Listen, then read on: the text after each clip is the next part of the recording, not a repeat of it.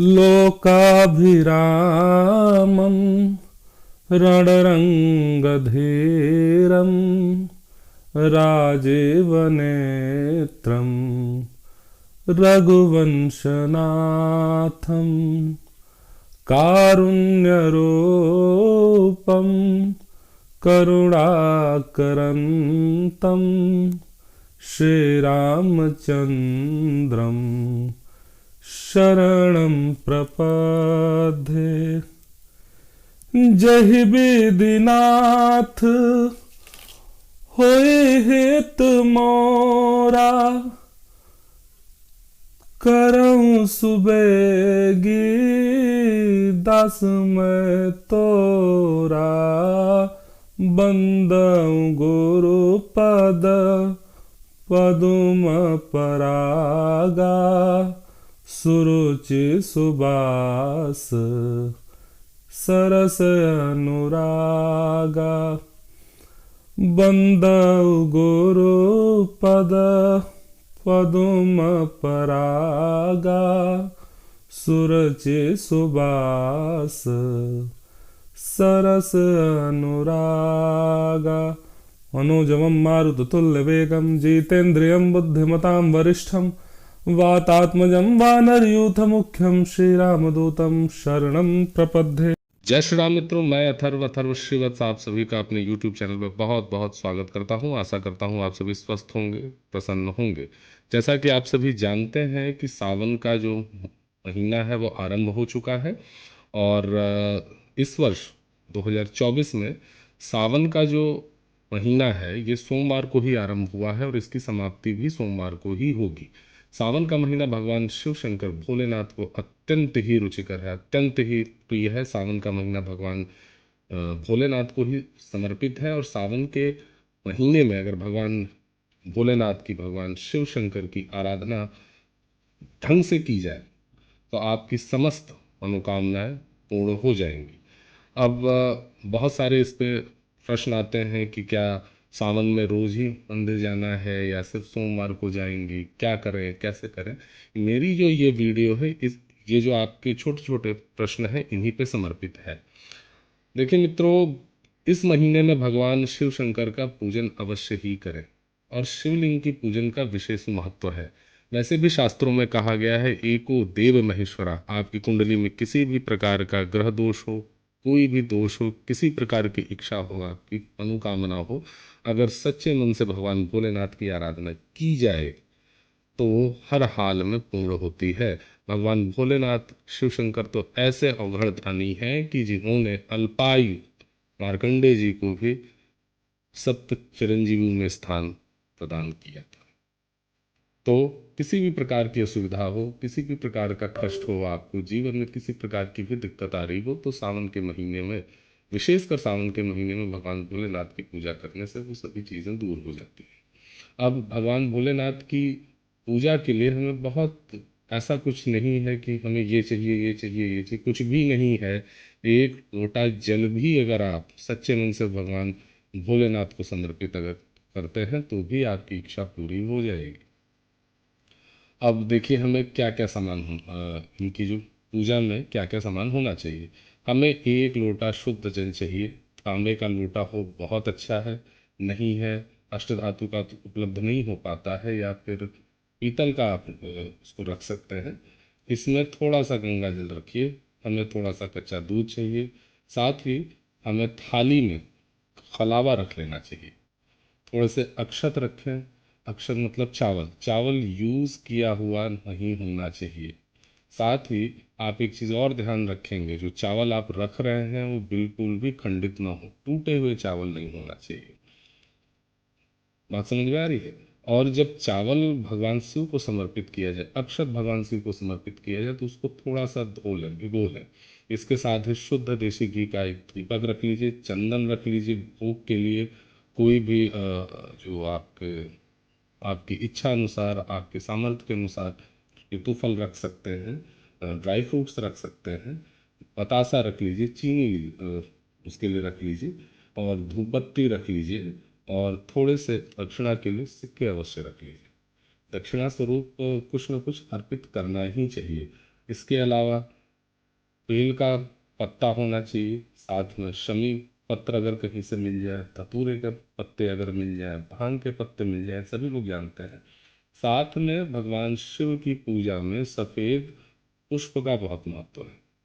हाँ, एक चीज याद रखिएगा, सब करते समय तुलसी जी का पत्ता भगवान शिव को अर्पित नहीं होना चाहिए, भगवान रुष्ट होते हैं इससे। इसके पीछे भी कहानी है, अब वो कहानी मेरी अगली वीडियो में कभी अगर उसका समय आएगा तो बिल्कुल तो मैं विस्तार से उसके बारे में आपको बताऊंगा। साथ में एक चीज़ और याद रखिए कि बेल के जो पत्ते होते हैं बासी नहीं होते हैं, कभी बासी नहीं होते हैं। अगर आपके पास नहीं है, आप शिवलिंग पे जा रहे हैं, बेलपत्र नहीं है, तो वहाँ जो किनारे रखा हुआ है उसको धो के पुनः भगवान शिव को अर्पित किया जा सकता है। और फूल सफ़ेद हो तो ज़्यादा अच्छा है, नहीं है तो जो भी पुष्प आपको उपस्थित है वो आप वहाँ पर रखिए। हाँ, एक चीज़ और है, अगर आप रोज़ मंदिर जाते हैं तो बहुत अच्छी बात है। अगर मंदिर नहीं भी जा पा रहे हैं, किसी कारण से मंदिर नहीं जा पा रहे हैं, तो घर पे ही आरद्ध शिवलिंग अगर है बहुत अच्छा है, नहीं है नर्मदेश्वर शिवलिंग रखिए अपने घर पे, वहाँ पे शंकर जी को एक लोटा जल चढ़ाइए। वो भी नहीं है तो मिट्टी से शिवलिंग को बनाइए और उसका पूजन आप कीजिए। इसका भी सावन में बहुत महत्व है। समझ रहे हैं आप बात को? अब एक चीज आती है, बहुत सारे प्रश्न ये आते हैं कि लोग पूछते हैं कि महाराज जी, शिवलिंग पे चढ़ाई हुई कोई चीजें हैं तो उसको क्या प्रसाद के रूप में ग्रहण करना चाहिए या नहीं करना चाहिए? देखिए मित्रों, इसके पीछे कहानी आती है। कैलाश पर भगवान भोलेनाथ अपने बहुत सारे जो अनुचर हैं उनके साथ रहते हैं। उसी में एक चंड नाम के उनके अनुचर, और उनको भूख बहुत लगती है। पुराणों में जैसा लिखा है, शिव महापुराण इत्यादि में, उनको चंड को भूख बहुत ज़्यादा लगती है। अब चूंकि कैलाश पे भोजन की इतनी व्यवस्था तो है नहीं, तो भगवान भोलेनाथ से उन्होंने अपनी जो असुविधा थी वो कहा कि महादेव जी, मुझे भूख बहुत लग रही है और भोजन की व्यवस्था हो नहीं पा रही है। तो उन्होंने कहा कि ठीक है, एक काम करो, शिवलिंग पे जो भी अर्पित होगा वही तुम्हारा भोजन रहेगा। शिवलिंग पे जो भी चीज़ें अर्पित की जाएंगी वही तुम्हारा भोजन रहेगा, लेकिन इसमें कुछ चीज़ों को हटाया गया, एक्सक्लूड किया गया। जैसे जो स्वयंभू शिवलिंग हो, जो ज्योतिर्लिंग हो, जैसे विश्वेश्वर महादेव, काशी विश्वनाथ, ओंकारेश्वर, महाकालेश्वर, इस प्रकार के ज्योतिर्लिंग, इन पे जो भी अर्पित किया जाएगा वो प्रसाद रूप में आप रख सकते हैं। लेकिन इन सब के अलावा जो ज्योतिर्लिंग ना हो, जो भूलिंग ना हो, स्वयंभू ना हो, किसी मंदिर में स्थापित किया जाए पत्थर का शिवलिंग, उस पे जो भी प्रसाद अर्पित किया जाता है, जो भी चीज़ें चढ़ाई जाती है, वो सब अ, महादेव के अनुचर चंड का भोजन है। अब इसमें ये भी होता है कि बालक कभी कुछ उठा के खा ले या आपने भी गुलोश खा लिया, तो भाई, देवाधिदेव महादेव आदि गुरु हैं, आदि योगी हैं। वो जो गुरु शिष्य परंपरा है, पहले गुरु महादेव ही हैं, और उनके जो अनुचर हैं चंड, वो आपके गुरु भाई ही हुए। अगर आपकी भगवान शिव में जरा सी भी आस्था है, श्रद्धा है, तो जो चंड हैं वो आपके गुरु भाई हुए। तो अपने गुरु भाई से क्षमा याचना कीजिए, ग्रहण कर लिया तो कोई बात नहीं। भगवान भोलेनाथ इन सारी चीज़ों से रुष्ट नहीं होते हैं।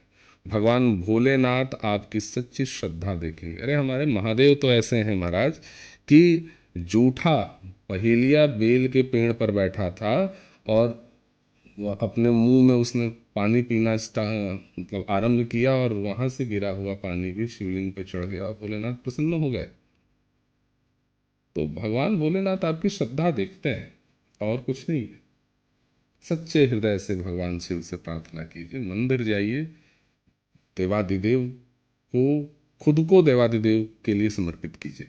जितने देर भी बैठिए, भगवान भोलेनाथ के ओम नमः शिवाय मंत्र का जप कीजिए। कुछ नहीं कर सकते हैं, राम राम कहिए। प्रभु भगवान श्री राम का नाम सुन के महादेव अत्यंत प्रसन्न होते हैं। यही कहिए, प्रसन्न हो जाएंगे, जिंदगी बदल जाएगी। हो सके, अगर कोई विशेष कामना हो तो पशुपति जो व्रत होता है वो भी अभी उठाया जा सकता है। समझ रहे हैं? उसके बारे में मेरी अगली वीडियो आएगी। और अब चलिए बताते हैं कि किस प्रकार से भगवान शिव की पूजा कीजिए। सर्वप्रथम आप शिवलिंग के सामने एक आसन बिछाइए। आसन बिछाने के उपरांत स्वयं बैठिए। सर्वप्रथम शिवलिंग को जल से धोइए।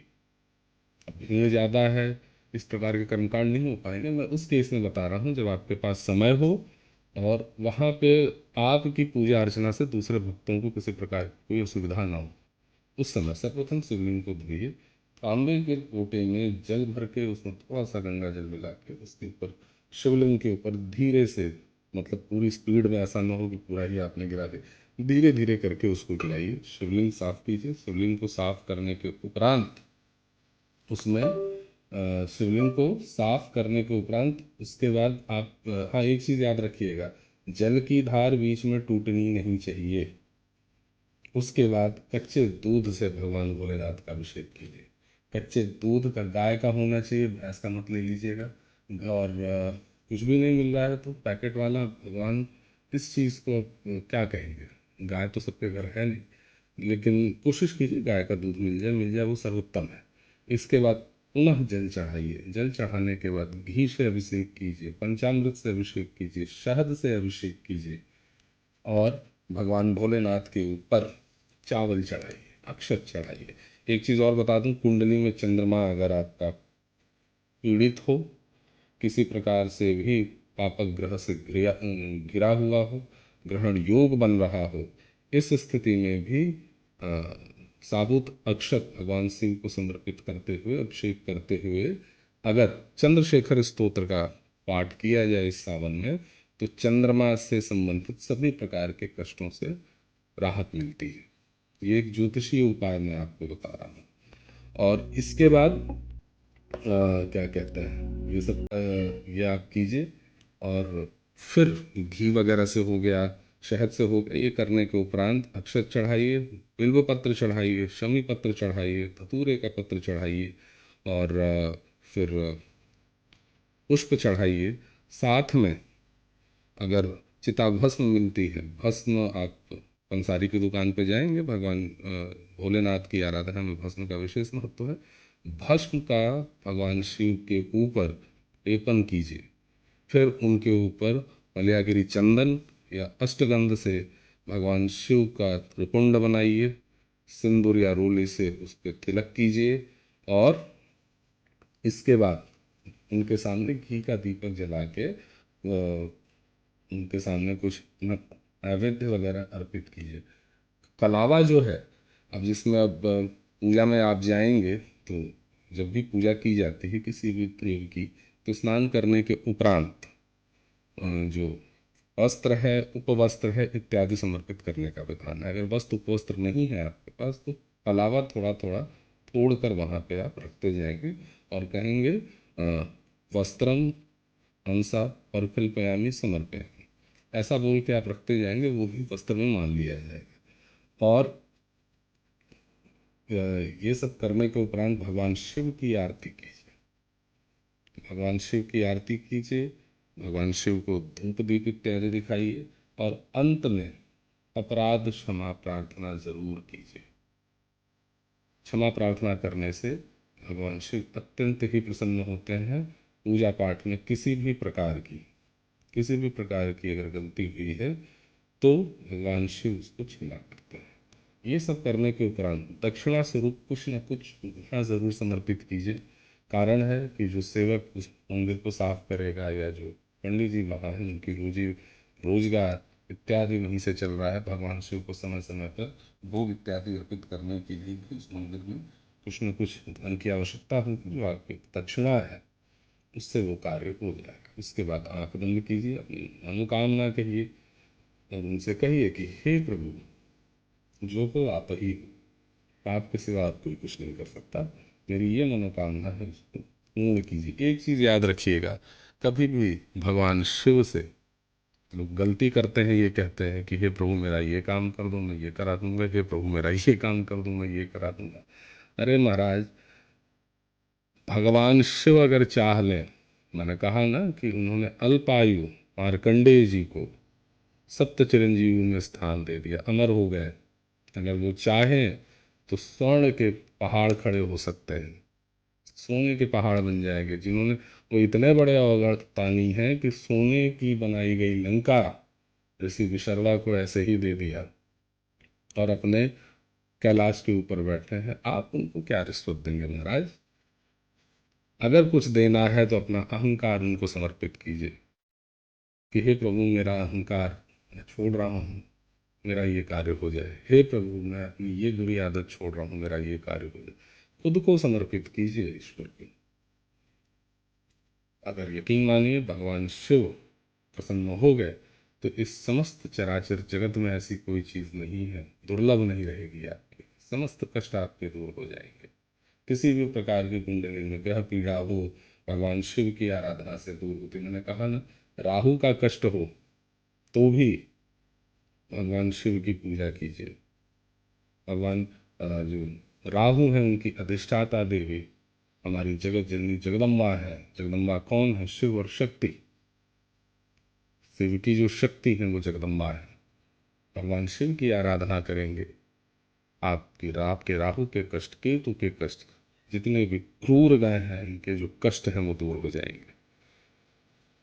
आशा करता हूँ मित्रों, मेरे द्वारा दी गई जानकारी से आप अत्यंत ही संतुष्ट होंगे। अगर पहली बार हमारे चैनल पे आ रहे हैं तो आपसे करबद्ध प्रार्थना है कि हमारा सहयोग कीजिए, चैनल को सब्सक्राइब कीजिए। ये वीडियो अच्छी लगे तो अपने मित्रों, सगे संबंधियों के साथ शेयर कीजिए और जो नीचे कमेंट सेक्शन है, ओम नमः शिवाय या हर हर महादेव जरूर लिखिए। इसी प्रकार के अन्य रोचक जानकारियों के साथ अगले वीडियो में पुनः आपसे भेंट होगी। तब तक स्वस्थ रहिए, प्रसन्न रहिए। भगवान देवाधिदेव महादेव आपके जीवन में समस्त प्रकार की आपकी मनोकामनाओं को पूर्ण करें। धन धान्य आपके घर में भरे रहें। इसी मंगल कामना के साथ फिर आपसे मुलाकात होगी। आपने अपना बहुमूल्य समय दिया, इसके लिए बहुत बहुत धन्यवाद।